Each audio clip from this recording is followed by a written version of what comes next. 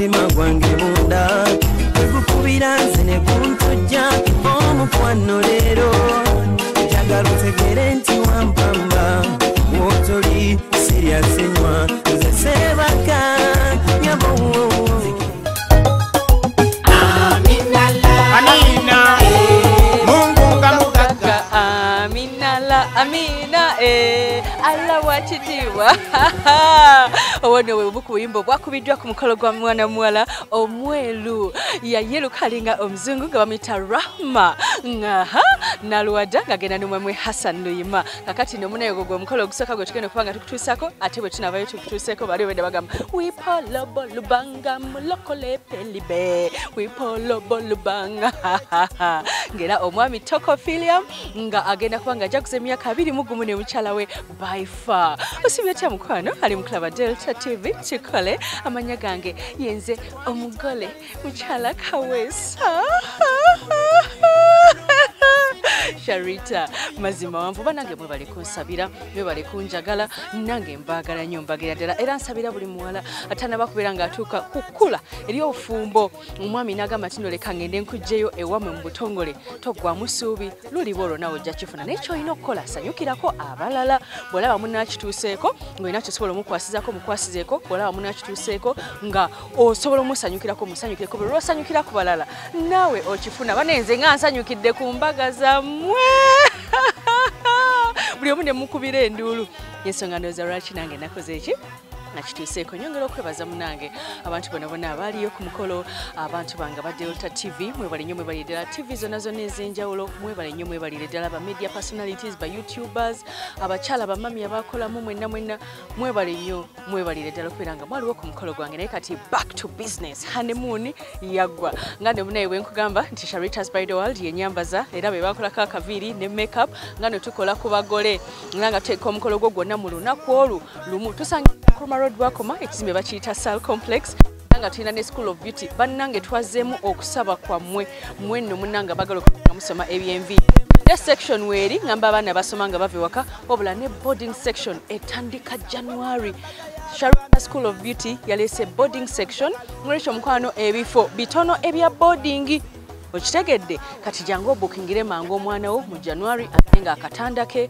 weekali nga asoma asulira ddala ewaffe ku Sharita's by the World kati tulina branch eya de section ne branch eya boarding abali nnyo mwebalire ddala Malakai Ecology kyekifo woolina okubeera ng'owummulira era nga waliwo rooms ez'enjawulo waliwo ebyokulya eby'enjawulo osobola wedding reception osobola buli kimu ku Malakai Ecology okitegeera mukwano naye nga munange olunaku leero tusookera ku mbaga banono mwami n'omukyala Toko omwami ye Filiam Toko omukyala ye Beifa oyinza okwebuza amannya ago gawa bannaffe beeri mu West Nile okitegedde eno yonna Uganda ngagga erina ennimi ez'enjawulo erina abantu ab'enjawulo era mu mukolo guno ogenda kubeera ng'onyumirwa bo bakola batya emmisa yaabwe bo basaba batya abagole babayo mu mmisa nnyimba ki eziyimbibwa mazina ki agazinibwa oba naffe bazinagana amagunja gana magunja gazinibwa bobutiko balengera nga gana magunja gazinibwa befumbe ngena kubanga tujikutuusako era bajja kubanga batubuulira mu ngeri ey'enjawulo bakikozi batya okubeera nga babadde bonna mu bufumbo emyaka 21 wadde olulimi tetulutegeera naye tujja kubanga tugezaako okuvuunuulira kimu ku kimu mpolampola tova ku Delta TV erina okulaga omukolo gwo atera obeera nga wasibiddwa programu eno osobola okubeera ng'ogiraba ku Monday sawa 11 mpaka 1 yenze mukyala Kawesa kati olaba omukolo gwo nkwagala nnyo kaniriza nnyo mukwano ku Delta TV tukole mu programu yaffe eno ey'okwanjula n'embaga baffe bano bakolebwako Sharita's by the World era nga bayagadde ngeri ya kimpowooze bazze mpolampola n'engoye zaabwe ne tubayisaako mu mpolampola okusinziira munnayengera bwe tubeera twogedde nabo nga musawa yaffe n'esooka tutandise n'embaga y'abannaffe abalugwala era nga abalugwala bano batera okuva mu mambuka ga Uganda naye nga okubeera particular nga bava mu kitundu kye bayita West Nile bano be tuli mu kutuusaako olunaku olwaleero be Arua era nga tubamanyi ng'abalugwala yadde ng'ekigambo kiri lugbar tokyusanga mwana kwabika omwami ye Toko William atenga ye mukyala we ye mukyala Beifa. Omwami oluganda aluwulira naye nga tasobola kulwogera ate nga ye omukyala nga omanyi nti ffe abakyala tuli bakujjukujju oluganda alwogera era alutereeza.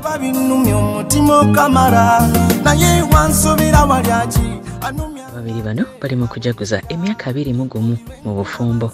Si kyangu naddala mu kaseera kano nga sitaani yekiise nnyo mu maka era bw'olaba nga muntu obufumbo bwawe babumazeemu emyaka 5, 10, 15, 20, 30, 5 osaanye okubasanyukirako.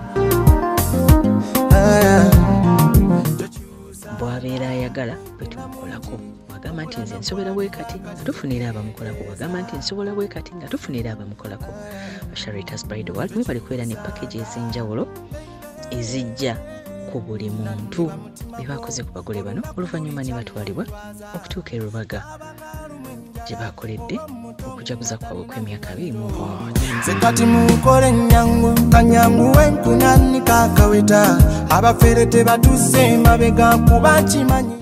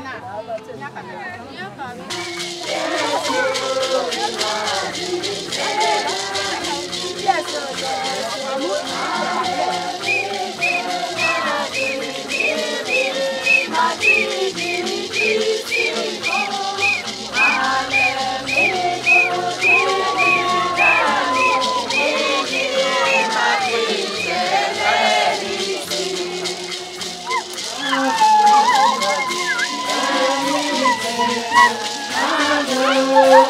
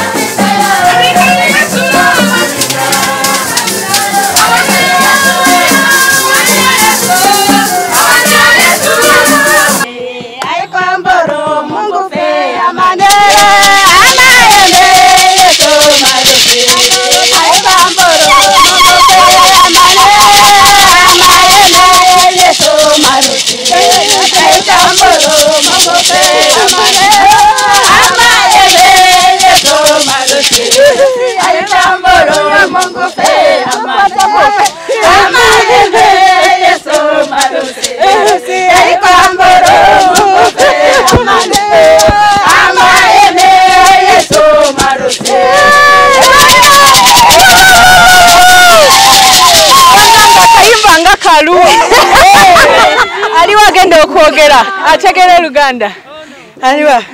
Akayimba nga kalungi. Era kalungi nnyo. Kategeeza ki? Kategeeza tusanyusa okulaba mugenyi waffe Shanita mulungi. Wangi mukwano. Akakati lwaki musanyusa nnyo bwe muti? Tusanyuse mukwano gwaffe celebratinga emyaka gyamaze mu bufumbo 20 nga mufumbo mutukuvu. Je tusanyusize ekyo. Era naffe tusanyusa okulaba Shanita. Bulijjo tukulaba ku TV. Kanange tunyuma ku mugole, wanyuma ku mugole watwakulaba. Twakoma bulijjo tukulaba ku TV, twalaba n'omukolo guka wanyuma. Munange nanyuma. Wabula nyuma mukwano. Amina. Kiki kyoyagala ogamba Toko ne mukyala we? Toko no mukyala we.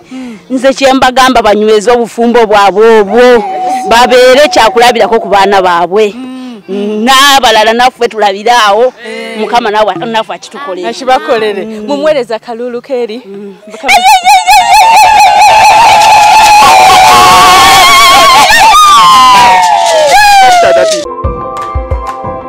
Okyalaba okwanjula n'embaga.